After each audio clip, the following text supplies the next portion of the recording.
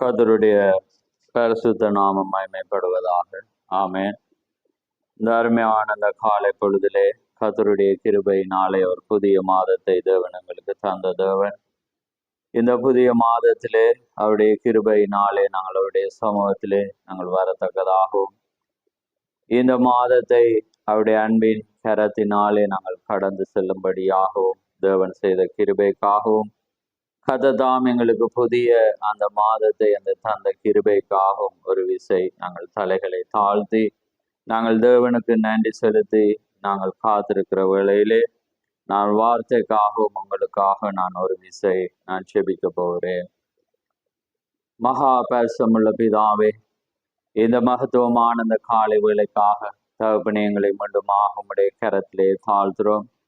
ஆம் கர்த்தாவே, உம்முடைய கிருபையினாலே ஒரு புதிய மாதத்தை தந்து ஆண்டவரே, புதிய கிருபையினாலே எங்களை எழுந்திருக்க பண்ணின கிருபைக்காக உமக்கு ஸ்தோத்திரம். ஆம் கர்த்தாவே, வருஷத்தை நன்மையால் முடிசூட்டுவேன் என்று சொன்ன தேவன். ஆம் கர்த்தாவே, நீர் ஒவ்வொரு மாதமும் உம்முடைய ஒவ்வொரு கிருபையினாலே தாங்கி எங்களை நடத்தி அதிசயமான தேவன், அதிசய விதமாக நடத்தி கர்த்தாவே 7 மாதங்களை நாங்கள் பூர்த்தி செய்து 8வது மாதத்துக்குள்ளே பிரவேசிக்க நீர் எங்களுக்கு கொடுத்த அந்த ஸ்லாக்கியத்துக்காக உமக்கு ஸ்தோத்திரம். ஆம் கர்த்தாவே, எத்தனையோ மனிதர்கள் ஆண்டவரே ஒவ்வொரு நாளிலும் ஆண்டவரே மரித்து போகிறதையும், ஆண்டவரே உம்முடைய சமூகத்தை நாடாமல் ஆண்டவரே இந்த உலகத்தை விட்டு பிரிந்து போகிறதை நாங்கள் பார்க்கிற வேளையிலே நீர் உம்முடைய கிருபையினாலே நீர் எங்களை எழுந்திருக்க பண்ணி கர்த்தாவே இந்த மாதத்தை நீர் கொடுத்து, இந்த மாதத்திலும் ஆண்டவரை உம்மை தேடி வர நீர் கொடுத்த அந்த ஸ்லாக்கியத்துக்காக உமக்கு ஸ்தோத்திரம். இந்த வண்ணமாக நீர் 7 மாதங்களும் கண்மணி போல நீர் பாதுகாத்தீரோ, 8வது மாதத்திலும் உடைய கிருபை எங்களோடு இருக்க போற தயவுக்காக உமக்கு ஸ்தோத்திரம். இந்த அருமையான நேரத்தை உடைய கரத்தில் ஒப்பு கொடுக்கிறோம். ஆண்டவரே, ஒவ்வொருவரை நீர் ஆசீர்வதியும். ஆண்டவரே, மூலமாக இணைக்கப்பட்டிருக்கிற உம்முடைய ஒவ்வொரு பரிசுத்தவான்களையும் உடைய கரத்தில் ஒப்பு கொடுக்கிறோம். இனிமேல் இந்த தேவனுடைய வார்த்தையும் இந்த சத்தத்தை செய்தியை கேட்கிற ஒவ்வொருவரையும் நீர் ஆசீர்வதியும். ஆண்டவரே, ஒவ்வொருவருக்கான தேவைகளையும் ஒவ்வொருவருக்கான நோக்கங்களையும் ஆண்டவரே ஒவ்வொருவருக்கான குழப்பங்களையும் நீர் அறிந்தவன். நீர் ஒருவரை ஆலோசனை கர்த்தராயிருக்கிறபடினால் நீர் பேச போறபடிய கிருபைக்காக உமக்கு ஸ்தோத்திரம். திறந்திருக்கிற வார்த்தை ஆசீர்வதியும். அந்த வார்த்தையிலே நீர் மகிமைப்படும். அந்த வார்த்தையை கொண்டு நீர் எங்களோடு இடைப்படும். யாவையும் உம்முடைய கரத்திலே தாழ்த்தி இயேசு கிறிஸ்துவின் நாமத்தில் கேட்கிறோம். ஆமென், ஆமென். நாங்கள் நின்ற வண்ணமாகவே சங்கீதம் 31வது அதிகாரம், சங்கீதம் 31வது அதிகாரம், அதிலே நாங்கள் 19வது வசனத்தை நாங்கள் வாசிக்க போகிறோம். சங்கீதம் 31வது அதிகாரம் 19வது வசனம் நான் வாசிக்கிறேன். உமக்கு பயந்தவர்களுக்கும் மனுபுத்திரருக்கு முன்பாக உம்மை நம்புகிறவர்களுக்கும் நீர் உண்டு பண்ணி வைத்திருக்கிற உம்முடைய நன்மை எவ்வளவு பெரிதாயிருக்கிறது. ஆமென். பாருங்க, மீண்டும் நான் வாசிக்கிறேன், கவனமா பாருங்க. உமக்கு பயந்தவர்களுக்கும், பாருங்க, உமக்கு பயந்தவர்களுக்கும் மனுபுத்திரருக்கு முன்பாக உம்மை நம்புகிறவருக்கும். ஆமென். உலக மனுஷர்களுக்கு முன்பாக தேவனை நம்புகிறவர்களுக்கும் நீர் உண்டு பண்ணி வைத்திருக்கிற, அதாவது தேவன் உண்டு பண்ணி வைத்திருக்கிற நன்மை எவ்வளவு பெரிதாயிருக்கு. ஆமென். பாருங்க, 2 காரியத்தை அவர் சொல்ற. தமக்கு பயப்படுகிறவர்களுக்கும் அதே நேரத்துல மனுபுத்திரருக்கு, அதாவது உலக மனுஷருக்கு முன்பாக அவரை நம்புகிறவர்கள், பயப்படுகிறவர்கள், நம்புகிறவர்களுக்கு அவர் வைத்திருக்கிற, உண்டு பண்ணி வைத்திருக்க, அவர் ஏற்கனவே அவர் உண்டு பண்ணி வைத்திருக்கிறார். அந்த நன்மை எவ்வளவு பெரிதாயிருக்கு. ஆமென். கர்த்தர் தாமே உங்களை ஆசீர்வதிப்பாராக. கர்த்தருடைய நன்மை எவ்வளவு பெரிதாயிருக்கிறது என்ற அந்த காரியத்தின் கீழாக இந்த நாளிலே நான் சிறு காரியத்தை பேசி நான் முடிக்க போகிறேன். இது வாக்குத்தத்தம்.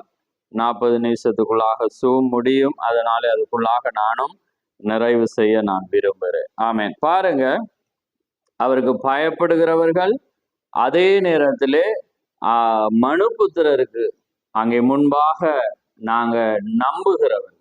ஏனென்றா நாங்க யார் என்பதையும், நாங்கள் ஆராதிக்கிற தேவன் இன்னார் என்பதை நாங்கள் அறிந்து கொள்ளவும். அப்பதான் உலக மனிதர்கள் என்றால் நாங்க ஜீவிக்கிற நாங்க கூடாரமாயிருக்கிறோம்.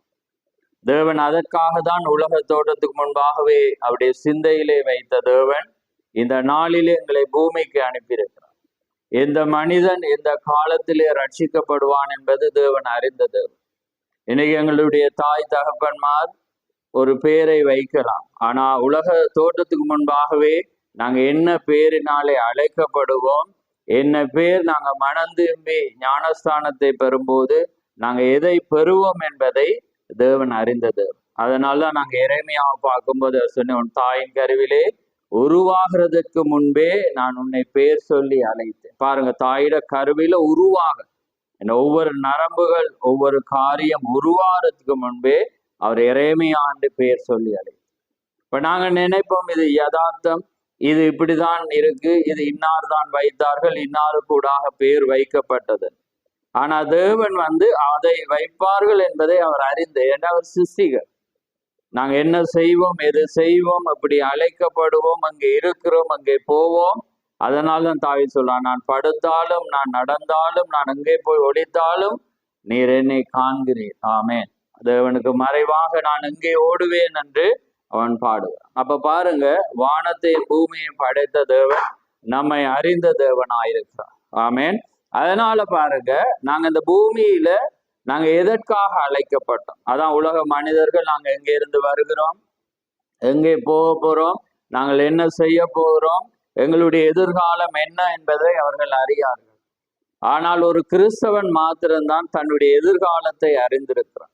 தன் எதிர்காலத்திலே அவன் எப்படி இருக்க போறான் என்பதை அவன் மாத்திரமே அறிந்திருக்கிறான். ஆமென். ஏனென்றால் தம்முடைய பிள்ளைகளுக்காக அவர் எதிர்காலத்துக்குரிய காரியத்தை அவர் அறிந்து அவர் அதற்காக ஆயத்தம் பண்ண தேவன் ராஜ்யத்துக்கு அங்கே போயிருக்கிறார். ஆமென். அதனால உங்களுக்கு நான் ஒரு ஸ்தலத்தை ஆயத்தம் பண்ணி போய், நான் ஆயத்தம் பண்ணின பிற்பாடு நீங்களும் என்னோடு இருக்கிறதுக்காக நான் மீண்டும் வந்து அழைப்பேன் என்று அவர் சொன்னது. ஆமேன். அந்த ஸ்தலத்துக்குள்ளாக அவர் எங்களுக்கு ஆயத்தம் பண்ண அவர் போயிருக்கிறார். அந்த ஸ்தலமானது இன்றைக்கு எங்களுடைய இருதயம், அதை நாங்கள் ஆயத்தம் பண்ணி போகும்போது எங்களுடைய தியோபனி என்னும் சரீரத்தையும் அவர் ஆயத்தமாக்கி வச்சிருக்கிறார். ஆமேன். நாங்க இந்த கூடாரம் அழிந்தாலும் நாங்க அங்கே போகிறோம். நாங்க எப்படி இருக்க போறோம், நித்திய காலமாக. அதே நேரத்துல நாங்க 1000 வருடத்திலே 1000 வருஷ அரசாட்சியிலே இந்த பூமியிலே அரசாள்வோம்.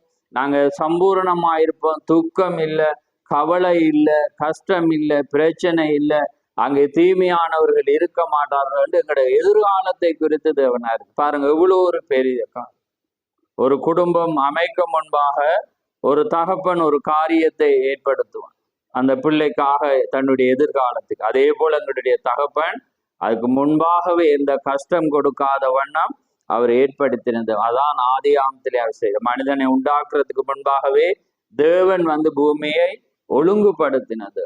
பாருங்க, அதே போலதான் பாருங்க இங்க வேதம் சொல்கிறது, அவர் பயப்படுகிறவர்களுக்கும் மனுபுத்திரருக்கு முன்னாக உண்மை நம்புறவருக்கும் நீ உண்டு பண்ணி வைத்திருக்கிற, அவர் ஏற்கனவே உண்டு பண்ணிட்டார், வைத்திருக்கிற நன்மை எவ்வளவு பெரிதாயிருக்கு. அப்ப பாருங்க, இன்றைக்கு நாங்க சாட்சி, நாங்க ஜீவிக்கிற கூடாது, எங்களுடைய வெளிச்சம் மனுஷர் முன்பாக பிரகாசிக்க வேண்டும்.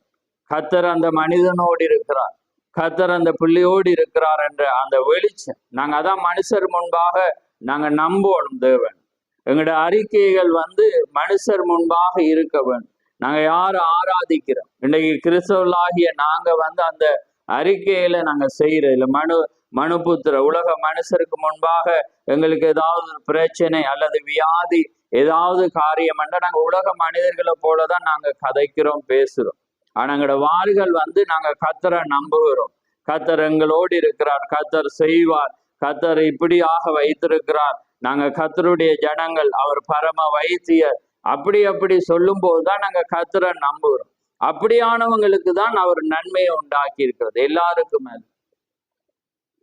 அப்ப அவருடைய கிருபையும் அவருடைய அந்த அன்பும் அவருடைய அற்புதங்கள் அதிசயம் எல்லாமே தம்முடைய பிள்ளைகளுக்காக. அப்ப பாருங்க, பயப்படுகிற நாங்க வேதத்துல வாசிக்கிறோம், பிசாசும் பயந்து நடுகிற அந்த பயம். நாங்க தேவனை நேசிப்பது நிமித்தம், தேவனுடைய வார்த்தையை நாங்க செய்வது நிமித்தம் நாங்க அவருக்கு பயப்படுவோம்.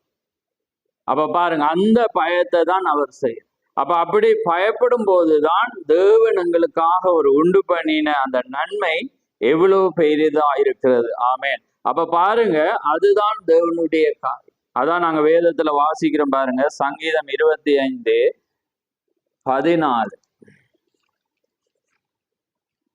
பாருங்க.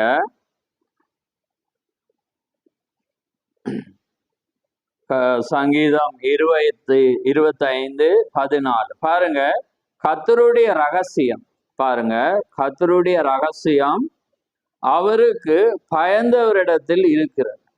ஆமென். பாருங்க, யாருக்கு பயப்படுகிறவருக்கு ரகசியம் இருக்கா? கர்த்தருடைய ரகசியம் அவருக்கு பயந்தவரிடத்தில் இருக்குது, அவர்களுக்கு தம்முடைய உடன்படிக்கையை தெரியப்படுத்துவார். அப்ப பாருங்க, கர்த்தருடைய ரகசியம் அவரு பயந்தவரிடத்துல இருக்கு. அப்ப கர்த்தருக்கு நாங்க பயந்தா அவருடைய ரகசியத்தை, இன்னைக்கு பாருங்க ஒரு அருமையான காரியம், தேவன் தம்முடைய ரகசியத்தை தேவன் யாருக்கும் தெரியப்படுத்தாம தம்முடைய மனவாட்டிக்கு அவர் தெரியப்படுத்திருக்கிறார். ஏன்னா நாங்க அவருக்கு பயப்படுவோம் என்று அவர் அறிந்திருக்கிறார். அதனாலதான் தேவன் ஒரு தீர்க்கதரிசி அனுப்பி, 7ஆம் தூதனை அனுப்பி, தேவன் இன்றைக்கு 7 முத்திரைகளின் ரகசியத்தை, அந்த உடன்படிக்கையை தேவன் என்ன செய்திருக்கிறார் எங்களுக்கு வெளிப்படுத்திருக்கிறார். ஏன்னா நாங்க கர்த்தருக்கு பயந்து, இன்னைக்கு உலகத்துல இன்னைக்கு இந்த மெசேஜ்ல இருந்தாலும் பயப்படாதவங்களுக்கு இன்னைக்கு 7 முத்திரையின் ரகசியம் என்ன என்பது தெரியாது. அவங்க வந்துட்டேர் போயிட்டேர் இருக்கிறேர் வரப்போறேர் இப்படியாக பல சொல்லலாம். ஆனா கர்த்தருக்கு பயந்தவரிடத்திலே மாத்திரம்தான் அந்த ரகசியம் இருக்கு. அவர்களுக்கு மாத்திரம்தான் தம்முடைய உடன்படிக்கையை அவர் என்ன செய்யறார், தெரியப்படுத்துறது. ஆமேன். அப்ப அதனாலதான் தேவனுக்கு பயப்படுகிறவர்களுக்கு தேவன் காரியங்களை காண்பிக்கிறது.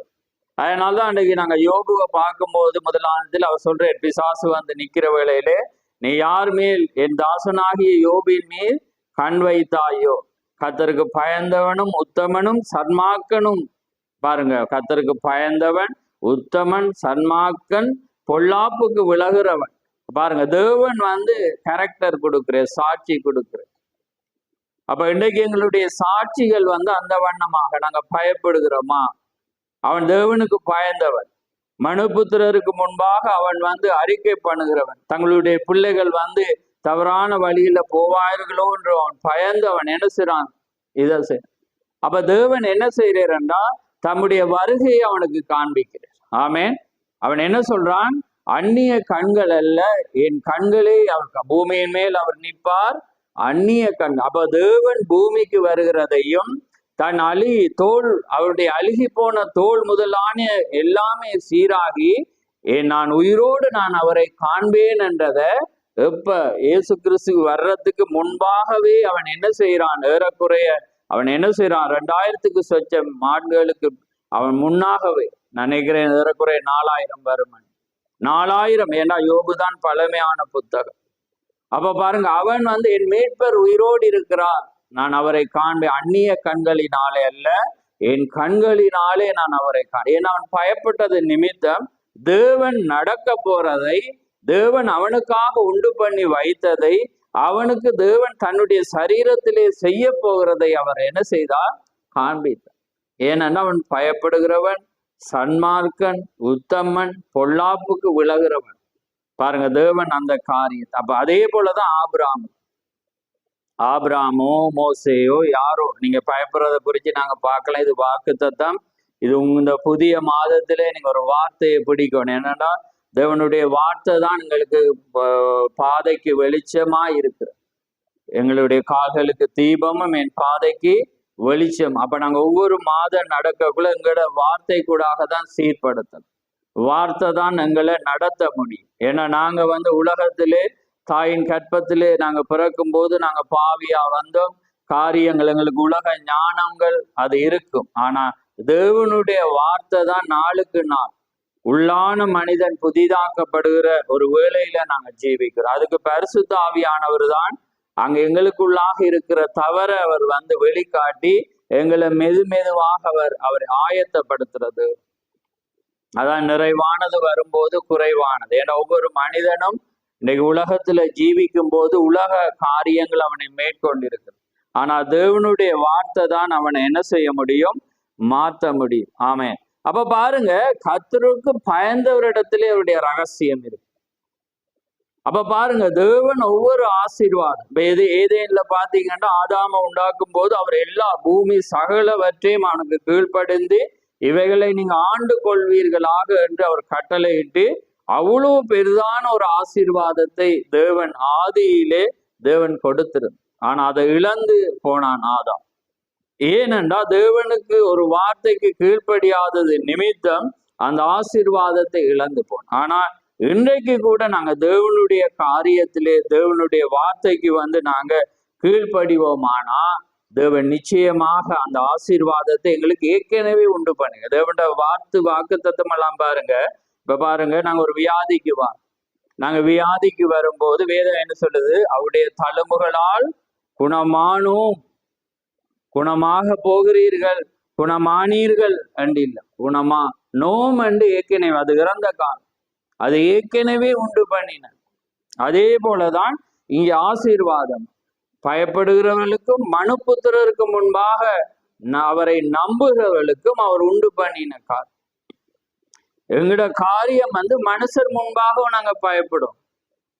நாங்க ஒரு காரியத்தை போடுறானா இல்ல இன்றைக்கு நம்ம ஆலயத்துக்கு போகணும், இல்ல இது தேவனுக்கு பிடிக்காத காரியம், நாங்க இதை செய்யக்கூடாது. ஆனா இன்றைக்கு சமுதாயத்துல வந்து இன்னைக்கு கிறிஸ்தவர்கள் வந்து அந்த வார்த்தையை சொல்றது அவங்களுக்கு ஏத்த மாதிரி இப்படி பார்க்கக்குள்ள இது ஸ்டைலோ இது காரியம் அதை வார்த்தை இப்படி சொல்லுதுன்னு சொல்றேன். ஏன்னா சொன்னங்கிட்ட ஒரு மூட வைராக்கியம் என்று சொல்லுவாங்கன்னு அவங்களுக்கு முன்பாக நாங்க சொல்லணும், இது வந்து தேவனுக்கு அருவருப்பானது, தேவனுக்கு இது பிடிக்காதது, எங்களோட வேதாகமம் வந்து இந்த காரியத்தை சொல்லுகிறது. இப்படி நாங்க ஏதோ ஒரு வழியில நாங்க அவங்களுக்கு சொல்லவேன். அதுதான் இன்னைக்கு சாத்ராக் மேசாக் ஆபேத்நேகோ சொன்னான். அவன் சொல்றான் இதுக்கு எங்களுக்கு விளக்கம் கொடுக்க முடியாது. ஆனா நாங்க வந்து இந்த பொற்சிலையே நாங்க வணங்க போது எங்களை ஆராதிக்கிற தேவன் எங்களை தப்பிவிக்காவிட்டால் பாரு, மனுபுத்திரருக்கு முன்பாக தேவனை நம்புறாங்க. இன்னைக்கு நாங்க நம்புறோமான்றதை நீங்க சிந்திச்சு பாருங்க. ஏன்னா அவங்களுக்காக தான் தேவன் உண்டு பண்ணி வைத்திருக்கு. அவருக்கு பயப்படுகிறவங்களுக்கு மனுபுத்திரருக்கு முன்பாக அவரை நம்புகிறவங்க நம்பணும். மனுபுத்திரர் மற்ற உலக ஜனத்தருக்கு முன்பாக நாங்க தேவனை நம்புறதுதான் காரியமாயிருக்கு. ஆனா நாங்க பயப்பட்டு தேவனுக்கு வேலை பயப்படுறது வேதத்துல பாருங்க, அநேகர் பயப்படுறாங்க. மனிதருக்கு பயப்படுறாங்க, கடவுளுக்கு பயப்படுறாங்க, பிசாசு கூட பயந்து நடுங்குறான் இருக்கு. ஆனா தேவனுக்கு முன்பாக நாங்க என்ன செய்ய வேண்டும்? நாங்க இருக்கோம். அநேக வசனம் இருக்கு. ஆனா ஒரு சில வசனங்களை வாசிக்கிறேன். 34:7 நாங்க வாசிப்போம். பாருங்க அடுத்தது பாருங்க, கர்த்தருடைய தூதன் அவருக்கு பயந்தவர்களை சூழ பாளையம் இறங்கி அவர்களை விடுவிக்கிறார். பாருங்க, கர்த்தருடைய தூதன் அவருக்கு பயந்தவர்களை பாருங்க, தேவனுக்கு பயந்தவர்களை சூழ பாளையம் இறங்கி அவர்களை விடுவிக்கிறார். அப்ப அதுதான் அன்றைக்கு பாருங்க, ஒவ்வொரு இடத்துலையும் வந்து கர்த்தருடைய தூதனானவர் இறங்கி வந்து அவங்களை பாதுகாக்கிறான். அது அங்க எகிப்து ஜனங்கள் இஸ்ரவேல் வரக்குள்ள இருக்கலாம், கர்த்தருடைய தூதனானக்குள்ள அது ஆண்டவர் தான், அவர் ஒரு தூதனாக வருகிறார். அன்னைக்கு பாத்தீங்கன்னா சாத்ரமே சாபேத்துடைய நாட்கள்ல அவங்க கேட்கிறாங்க என்ன நடந்த 7 மடங்கு. அவர் சொல்ற 4வது ஒரு மனிதன் அவர்களோடு இருக்கிறத காண்கிறோம். அவர் எப்படி இருக்கிறாருண்டா, தேவ புத்திரனுக்கு ஒரு ஒப்பானவரை நான் அங்கே கண்டேன். பாருங்க, அவரே இறங்கி வந்த. அதான் வேதம் என்ன சொல்றது, அங்க எதிகேல் சொல்றார், அந்த காரியத்துல கேட்கக்குள்ள ஒவ்வொரு மனிதர்கள் கேட்டாங்களாம், நாங்க போகவா. அவர் சொன்னா இல்ல, நான் என்னுடைய பிள்ளைகளுக்காக நானே போகிறேன் என்று தேவனே அங்க இறங்கி வந்து 4வது மனிதராக அங்க வந்தார். பாரு, அது எவ்வளவு பெரிது ஆசீர்வாதம். நாங்க இன்றைக்கு இதுல உலக ஆசீர்வாதம் இருக்கிறது. ஆனா நாங்க வந்து உலக ஸ்தாபனங்களை போல மற்ற கிறிஸ்தவர்களை போல நாங்க உலக ஆசீர்வாதத்தை நாங்க பேச முடியாது. தேவனுடைய ஆசீர்வாதம் தான் ஐஸ்வர்யத்தை தரவன். முதலாவது நாங்க தேவனுடைய ஆசீர்வாதம் இல்லாட்டி உலகத்தில் இருக்கிற எந்த ஆசீர்வாதமும் அது பிரயோஜனமே இல்லை. முதலாவது தேவனுடைய ராஜ்யத்தை நீதி, அதை தான் நான் தேவனுடைய அந்த ஆசீர்வாதத்தை பேசி கொண்டிருக்கிறேன். அதே நேரம் நீங்க அந்த ஆசீர்வாதம் பெறும்போது மற்றதை சிம்பிளா வரும், உங்களுக்கு பின்னால அது ஓடிவர். ஏன்னா நாங்க தேடி அடிக்கடி நான் உங்களுக்கு சொல்வது உண்டு, நாங்க தேடுகிறது உண்டு, அதே நேரம் தேவன் எங்களுக்காக வைத்திருக்கிறதும் இருக்கு. அதுதான் மேலான ஆசீர்வாதம். அது நீங்க வெட்ட தேவையில்ல, உழைக்க தேவையில்ல, அதை உண்டு பண்ண தேவையில்ல. தேவனே உங்களை பன்மடங்காக ஆசீர்வதி. நாங்க வேதாமத்துல பாக்குறோம், ஒரு வயலை விதைக்கும் போது அவங்க 6 வருடம் செஞ்சு 7வது வருடம் என்ன ஓய்வு வருஷம், ஒரு வருடம் அங்க ஓய்ந்து இருக்கும், அதுல எந்த வேலையும் அங்க செய்யக்கூடாது. ஆனா 7வது வருட ஆசீர்வாதத்தை 6வது வருடத்திலே அவர் தர. அந்த 6வது வருடத்துல 3 மடங்கு, 7, 8, 9 மட்டும் அவங்க என்ன செய்வாங்க, புசிப்பாங்க. அப்ப பாருங்க, அதை யார் கொடுக்குறாங்க? உழைக்கையில ஒன்றுமே செய்ய அந்த 7வது வருடம் 3 மடங்கு கொடுக்குது. அப்ப அதே போலதான் தேவண்ட வார்த்தைக்கு நாங்க கீழ்ப்படியும் போது அது 3 மடங்கான ஆசீர்வாதம். உலகத்துல 2 கிடக்கு, ஆனா இது தேவன் 3, சில நேரத்துல 10 மடங்கு. அதுதான் யோபு பாருங்க, கர்த்தருக்கு பயந்தவன், உத்தமன், சன்மார்க்கன், பொல்லாப்புக்கு விலகுறவன். அவன் என்ன செய்யறான்? உலக ஜனங்களுக்கு முன்பாக அவன் உத்தமனாக வாழ்கிறபடினால அவனுடைய எப்படி 10 மடங்கு பன்மடங்காக அவர் என்ன செய்தார்? அவனுடைய ஆசீர்வாதத்தை அவர் பெருக பண்ணினார். ஏண்டா அவன் தேவனுக்கு பயந்தான், அதே நேரம் மனுபுத்திரனுக்கு முன்பாக அவரை நம்பினான். ஆமேன். அந்த நம்பிக்கை இந்த கார். அப்ப பாருங்க, கர்த்தருடைய தூதன் அவருக்கு பயந்தவர்களை சூழ பாளையம் இறங்கி அவர் என்ன செய்யறாரா? விடுவிக்கிறார். ஏன்னா தேவனுக்கு பயந்தவர்களுக்கு தான் அந்த ரகசியம். என்னொன்று பார்ப்போம் பாருங்க, 34:9.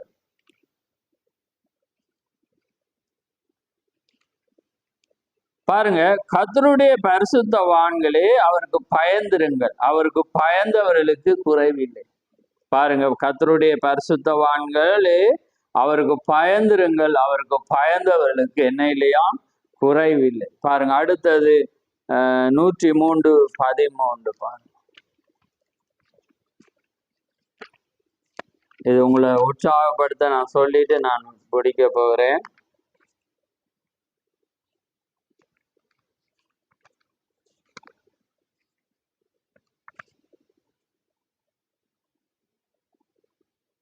பாருங்க, தகப்பன் தன் பிள்ளைக்கு இறங்குறது போல கர்த்தர் தமக்கு பயந்தவர்களுக்கு இறங்குகிறார். அப்ப பாருங்க, ஒரு தகப்பன் தன் பிள்ளைக்கு இறங்குறது போல கர்த்தர் தமக்கு பயந்தவர்களுக்கு என்ன செய்யறாதான்?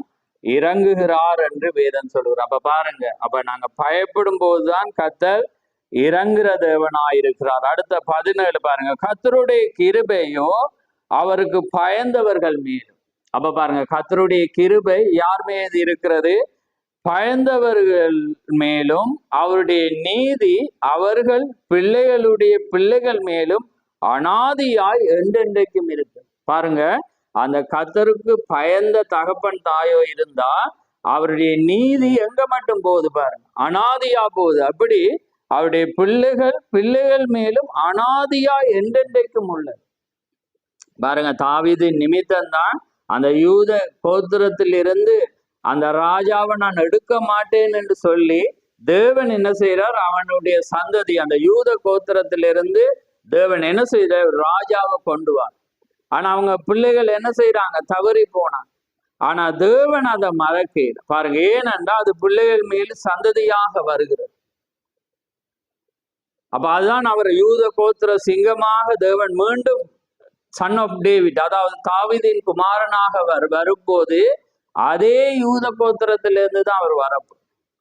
ஏனென்றா அது என்றென்றைக்கும் அசைய போவது. ஏன்னா தேவன் அதுதான் அந்த காரியத்தை செய்கிறவர். பாருங்க, அடுத்தது நாங்க இப்ப பயப்படுகிறத குறித்து பார்த்தோம். அடுத்தது பாருங்க, அவருடைய நம்புகிறவர்கள். சங்கீதம் 17.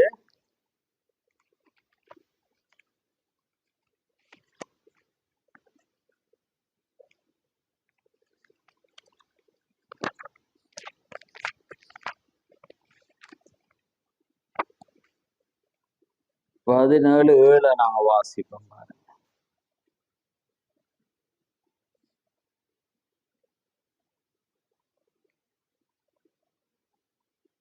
பாருங்க, உம்மை நம்புகிறவர்களை அவர்களுக்கு விரோதமாய் எழும்புகிறவர்கள் நின்று உமது வலது கரத்தினால் தப்புவித்து ரட்சிக்கிறவரே, உம்முடைய அதிசயமான கிருபையை விளங்க பண்ணும். பாருங்க, உம்மை நம்புகிறவர்களை அவளுக்கு விரோதமாய் எழும்புகிறவள் நின்று உமது வலது கரத்தினாலே தப்பித்து ரட்சிக்கிறவரே. வலது கரம் என்றால் தேவனுடைய வல்லமையினால தேவன் என்ன செய்யறாராம்? அவர்களை ரட்சிக்கிறார். பாருங்க, அதே நேரம் சங்கீதம் 125:1 சியோன் அத பர்வதத்தை போல அவங்க என்ன செய்வாங்களாம்? நிலைத்து இருப்பாங்க. யாருண்டா? அவரை நம்புகிறவர்கள். அப்ப பாருங்க, கர்த்தரை நம்புகிறவர்கள் என்றென்றைக்கும் அசையாமல் நிலைத்திருக்கும் சீயோன் பர்வதத்தை போல அவர்கள் இருப்பார். அப்ப பாருங்க, தேவனை பயப்படுகிறவர்களுக்கும் தேவனை நம்புகிறவர்களுக்கும் அங்கே அங்கே தேவன் ஏற்படுத்தி வைத்திருக்கிற அந்த கிருபையானது, ஆசீர்வாதமானது அது அவ்வளவு பெரிதாயிருக்கிறது என்று வேதம் சொல்லும். அப்ப இன்றைக்கு இந்த புதிய மாதத்துல நாங்க என்ன செய்யணும்? தேவனுடைய வார்த்தையை தேவனுடைய வார்த்தைக்கு நாங்க பயப்படணும், அதன்படி ஜீவிக்கணும். அதே நேரம் மனுபுத்திரருக்கு முன்பாக நாங்க என்ன செய்யணும்? அவரை நம்பணும். எங்களோட தனிப்பட்ட வாழ்க்கையில நாங்க பயப்படுறது, காரியம் செய்யறது அது சரி. ஆனா வேத ஆகமத்தின் படி பாத்தீங்கன்னா அது தவறு. ஏனென்றா நாங்க ஒரு ஜீவிக்கிற ஒரு கூடார், நாங்க ஒரு வெளிச்சம், லைட்.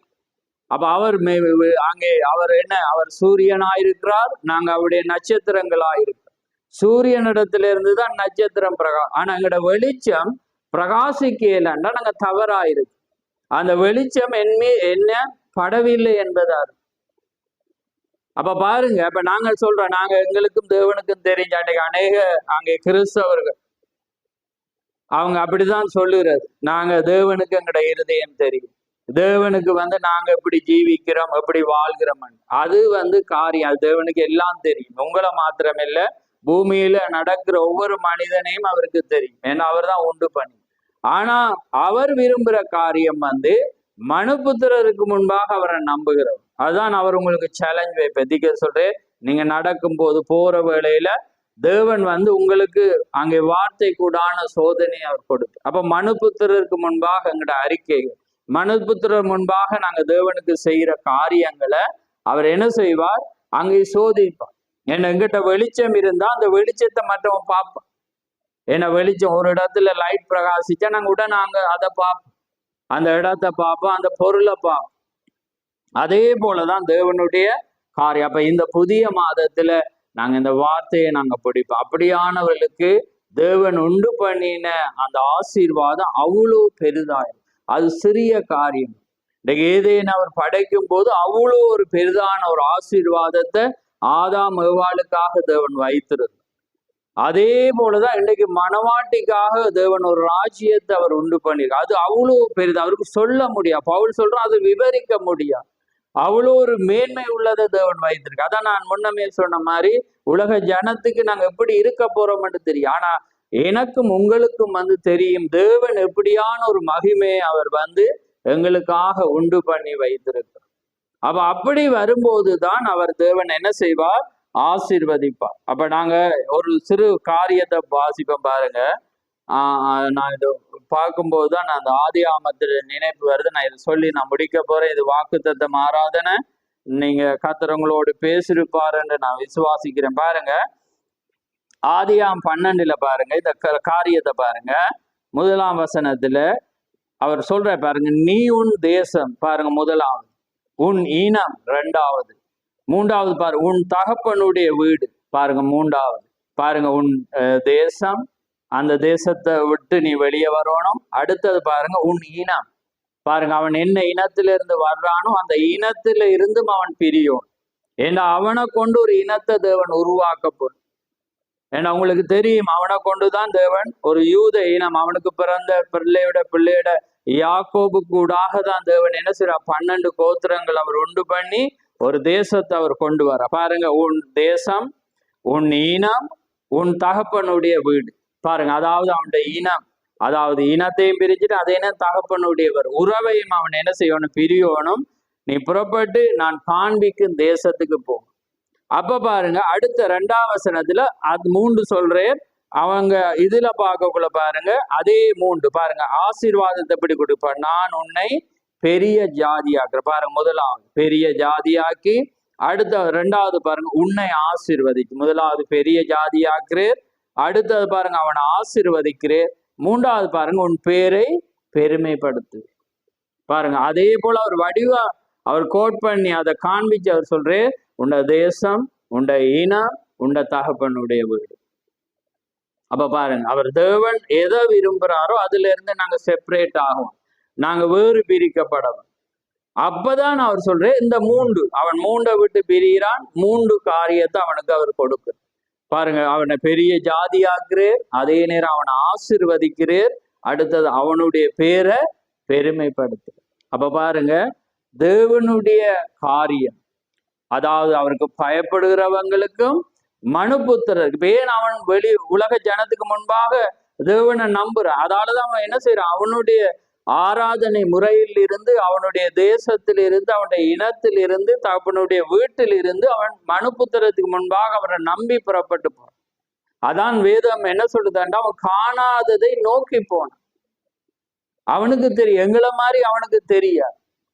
ஆனா தேவன் என்ன செய்யற, நீ காண்பிக்கிற தேசத்துக்கு போ, இப்படிதான் இருக்குமென்று காட்டல. ஆனா நான் காண்பிக்க போற தேசத்துக்கு போகக்குள்ள அவன் என்ன செய்யற, போய் இருக்கக்குள்ள கடைசி அந்த கானானுக்கு போகக்குள்ள அது பயங்கர ஒரு பெரிய பலத்த ஜாதி இருக்கு. அவர் சொல்ற இந்த தேசத்தை நான் உனக்கும் உனக்கு பின்வரும் சந்ததிக்கும் நான் அதை கொடுப்பேன் என்ற ஒரு வாக்கு கொடுப்பேன். ஆமே. ஆனா எங்களுக்கு அப்படி இல்லை, எங்களுக்கு வரப்போறது நாங்க பார்க்கல.